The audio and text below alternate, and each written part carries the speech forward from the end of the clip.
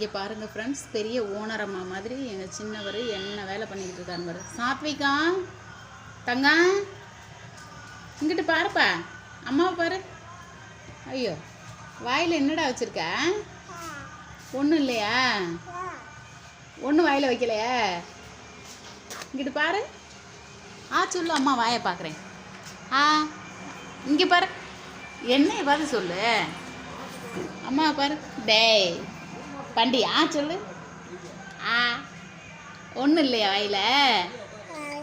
ஒன்றும் இல்லையா? என்ன சாப்பிட்டா இன்னைக்கு? இட்லியா? எனக்கு நீ பேசு. இது என்னடா பேச்சு? புது லாங்குவேஜாக இருக்கு. நம்ம ஃப்ரெண்ட்ஸ் எல்லாம் பார்த்து பயப்பட போகிறாங்க.